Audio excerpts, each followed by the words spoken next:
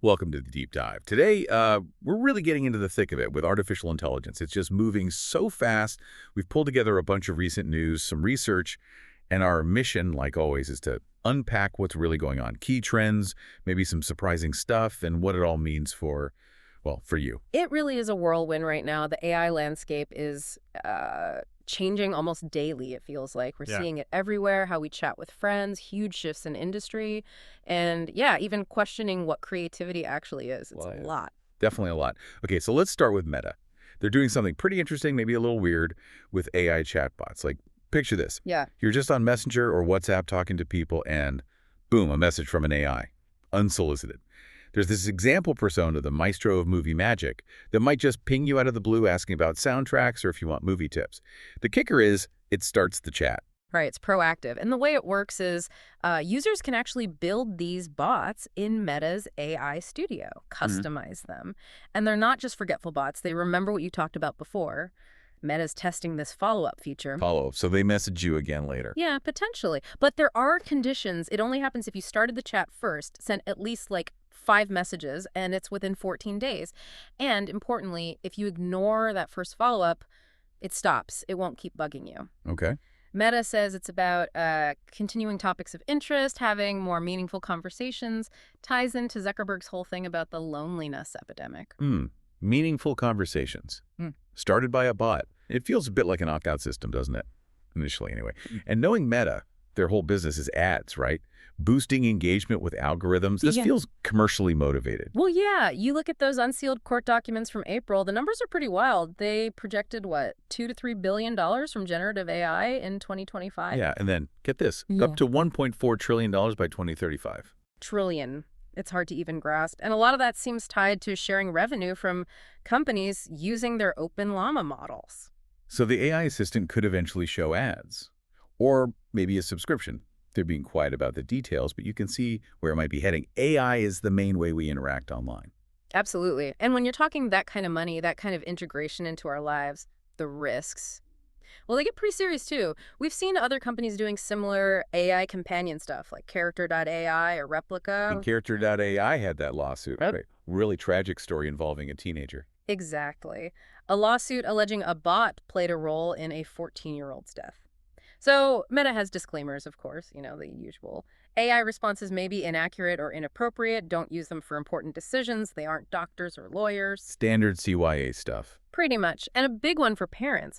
Meta doesn't have its own age limits on these bots. Some places, like Tennessee and Puerto Rico, have laws restricting teen use, but it's not company-wide. Wow. Okay, so it's kind of a legal patchwork. Do parents even know? It makes you think these bots that reach out, that remember things, where's the line?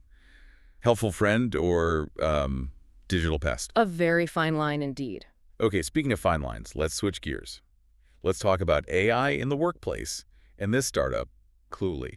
Silicon Valley seems pretty hyped about them. They just had this massive jump in revenue, hit about $7 million in annual recurring revenue, ARR, in just 1 week. That's after launching a new enterprise product. Yeah, that's pretty explosive growth. They were already boasting, what, $3 million ARR and being profitable before that? And what Cluely actually does is really interesting. It's AI that listens to your online calls. Like Zoom meetings. Yeah. Interviews. Exactly. And it gives you real-time notes, context, even suggests questions you could ask, all discreetly on your screen while you're talking. Whoa, real time. That's the key. Real-time notes. Most competitors give you stuff after the call. This is happening live. That seems to be their secret sauce. Okay, but the origin story is kind of wild too, isn't it? The founder, Roy Lee. Yeah, he got suspended from Columbia University for building a tool specifically designed to, well, cheat on job interviews. Yikes.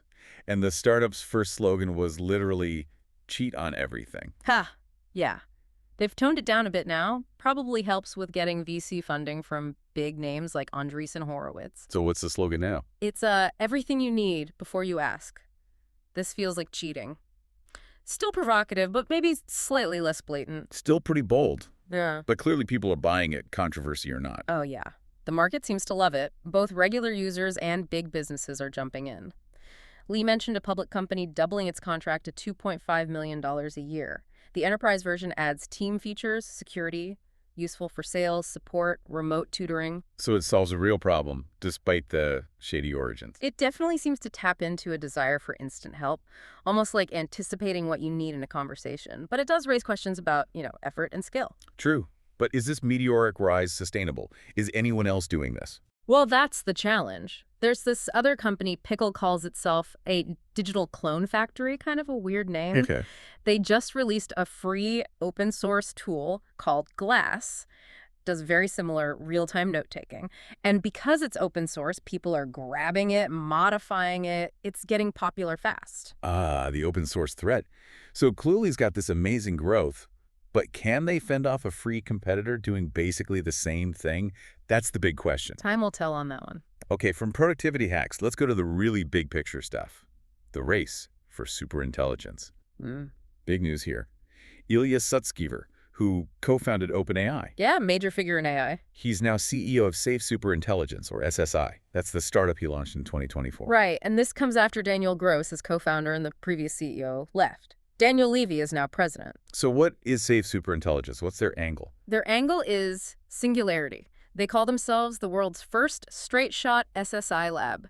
Their only goal is building safe superintelligence. Nothing else. No side products, no distractions. Just that one massive goal. Yeah, exactly. And Sutskever started this not long after leaving OpenAI, remember. He was involved in that whole brief ousting of Sam Altman, so there's some history there. And then there were those rumors flying around. Meta, again. Zuckerberg trying to buy SSI. Yeah, reports claimed Zuck tried to acquire the whole company valued at a cool $32 billion, supposedly, and also hired Daniel Gross. $32 billion. Wow. Mm. What does Sutskever say? He put out a statement basically saying, thanks, but no thanks. Something like, we're flattered, but we're focused on our mission. We have the compute, the team, we know what to do, we're building safe superintelligence. So sticking to the plan, but Gross leaving. Where's he likely heading? Back to Meta. That seems like the most probable outcome, doesn't it? Yeah. Especially with Zuck's reported interest. He could end up leading Meta's own superintelligence labs, powering all their products. Makes sense. He led AI at Apple before, after they bought his startup. Right. And Zuckerberg's been poaching top AI talent from OpenAI, from Google DeepMind. Meta is clearly making a huge push into this superintelligence space. It's not just theoretical anymore, it's a race. So Sutskever is now CEO, trying to run this independent lab focused purely on safe superintelligence. What are the challenges? Huge challenges. Raising money, for one. Attracting the very best AI minds when giants like Meta are also hiring aggressively. All while trying to steer the technical direction. It's a massive undertaking. Yeah, especially with that tension between moving fast and staying safe. Exactly. Okay, one more fascinating area where AI is making waves, the creative arts. Let's talk about this mystery band, the Velvet Sundown. They're kind of blowing up on Spotify, hundreds of thousands of plays, over 850,000 monthly listeners.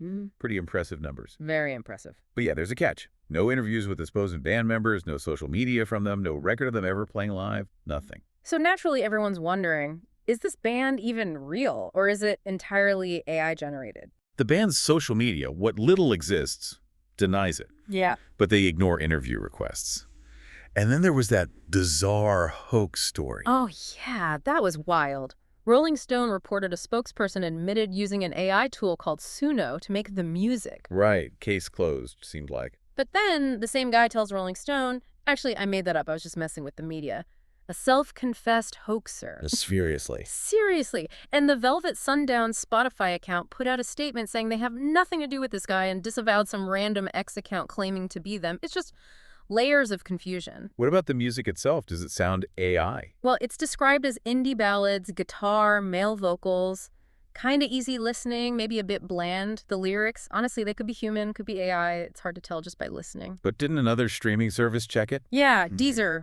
Their AI detection tool apparently flagged the music as 100% AI generated. Whoa. And Spotify. Spotify's been silent on this specific band.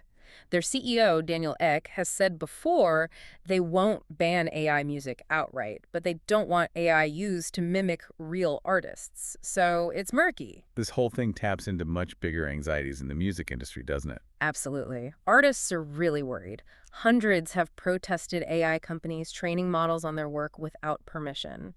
You had Sir Elton John, Dua Lipa, others pushing the UK government on AI, and copyright laws didn't get very far. But the conversation is happening. There's an ongoing government consultation. People are worried about being replaced or ripped off. Exactly. Ed Newton-Rex from Fairly Trained put it pretty bluntly. This is exactly what artists have been worried about. It's theft dressed up as competition. Yeah. He says AI companies steal work, flood the market with knockoffs, and human musicians lose out.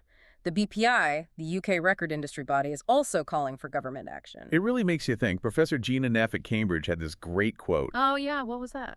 She said something like, whether this specific band is AI might seem trivial, but increasingly, our collective grip on reality seems shaky. This Velvet Sundown story feeds into fears about losing control of AI and highlights how crucial protecting online information is. That's a powerful point. Authenticity, creativity, what's human, what's machine. It's getting harder to tell. So, quite a journey we've taken today. We went from Meta's chatbots trying to be your friend. Or maybe just sell you things. Right. Mm. To Cluely's cheating AI making meetings supposedly easier than the high-stakes race for superintelligence at SSI and Meta. And finishing with this AI band mystery, blurring the lines in art and reality, it really shows how diverse and fast-moving this whole AI field is. It impacts everything: social life, work, the future of intelligence itself, ethics, creativity. And the main takeaway really is that we need to think critically about all this. Look at it from different angles, because the implications are just huge, technologically, financially, ethically, even, like Professor Neff said, for our sense of what's real. It's not just code, it's changing us. For sure. So here's something to chew on as you leave us today. In this world, we're entering AI companions, wanting your attention. AI tools promising to supercharge your work. AI art making you question what you see and hear. How do you plan to define and maybe protect your own unique human experience? What makes your contribution truly human? Definitely something to think about. Thanks for joining us on this deep dive. Keep exploring, keep questioning.